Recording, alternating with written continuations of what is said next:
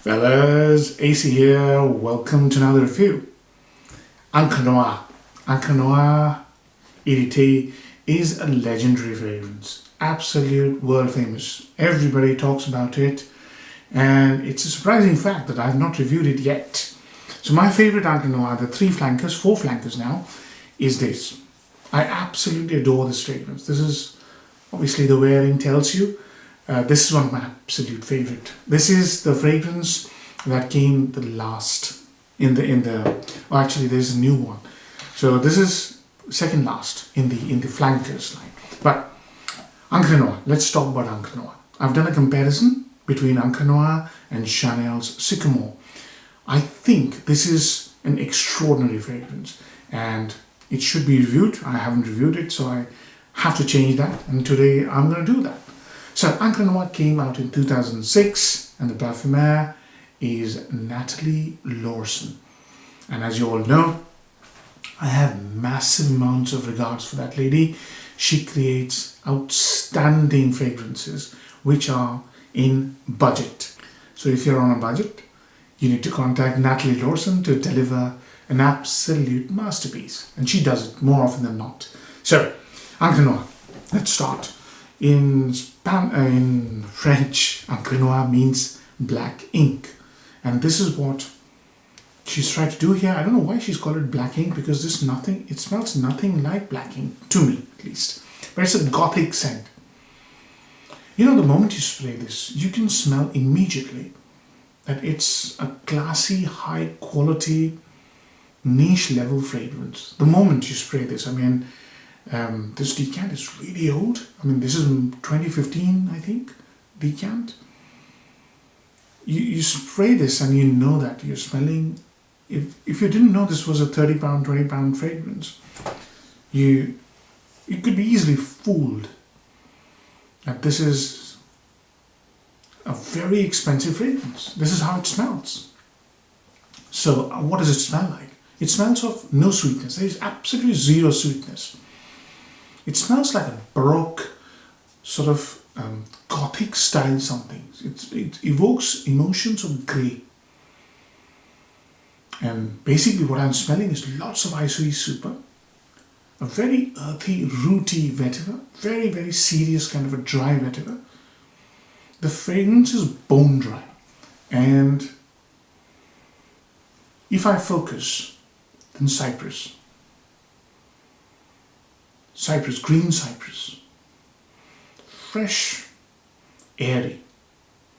Vetiver is rooty, dry, and musk. That's what I'm smelling when I spray this. And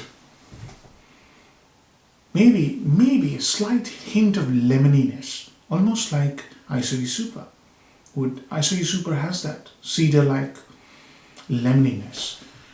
And I just remembered, Haitian vetiver also has the smell of bitter grapefruit rind, the shell of grapefruit, and it has this lemoniness to it. It's bitterness, cold, very, very. There's this smell of diesel that I get from Encre Noire, almost as if smelling diesel, mixed with all those smells. And that's why I think it's a niche quality fragrance. Niche always doesn't mean it's a great fragrance. It means creative. And it smells very, very creative. I also have a dry down here. And the fragrance, when it dries down, it's almost a linear one level fragrance. There's no beginning, there's no middle, there's no development into base. It immediately goes into base. There's subtle changes here or there.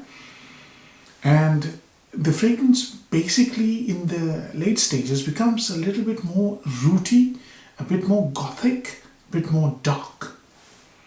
And then it becomes a little bit more brighter, more woodier and more airy because of Cashmerean. Cashmerean has this velvety, airy feel to it. It still is dry, there's no sweetness, damp earth kind of smell here.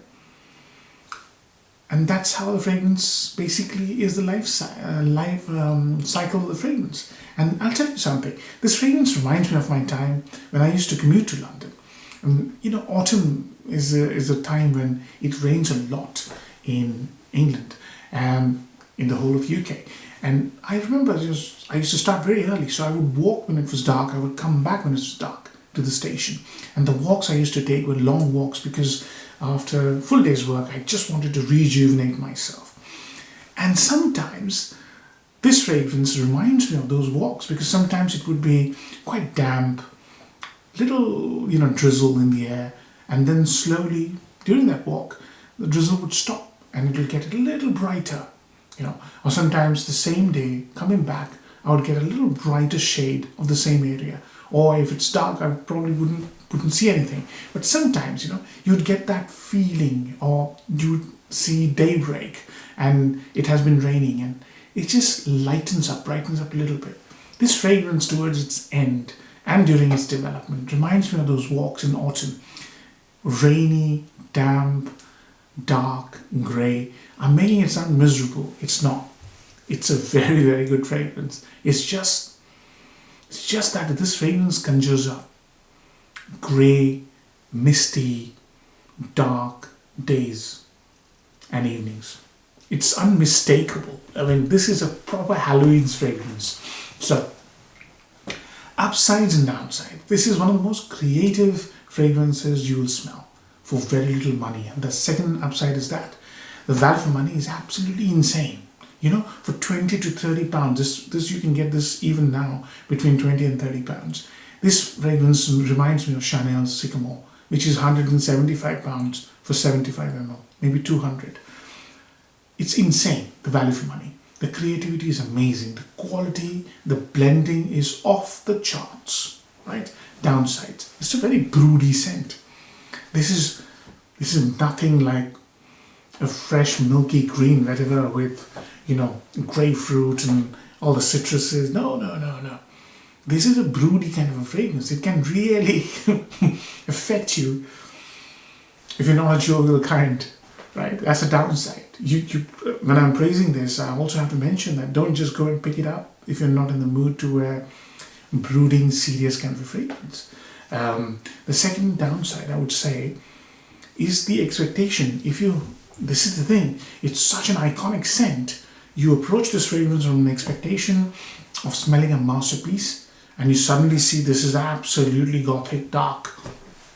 And that can really depress people because they're thinking to themselves, I'm going to buy a niche quality fragrance for 20 quid. And they smell this and they say, whoa, okay, what is this? Right? So, expectation has to be proper, think about it. And if you like these kind of notes, if you like this kind of fragrance, go and get it. If you don't like this kind of fragrance, the more happier, more complex, more enjoyable, to me at least, is the LALIQUE Extreme. And obviously, there are downsides to this as well, but it's a very nice ambery take on that. So, upsides and downsides finish. Performance. Performance is just off the charts. The longevity is about 16 hours, 20 hours longevity. It's an insane longevity fragrance. It just keeps going. Projection is the same. It's not a monster. It's not a powerhouse, but it keeps projecting all day. You just have to move and you smell it. Sillage is the same. Put it on your shirt, you move around, people will smell you. You might go nose blind if you do oversprays because this has a lot of isoe super and the vetiver is synthetic and that can give you nose blindness. Seasons, autumn. It's perfect for autumn or a day when it's raining. If it rains, it just somehow creates a magical environment.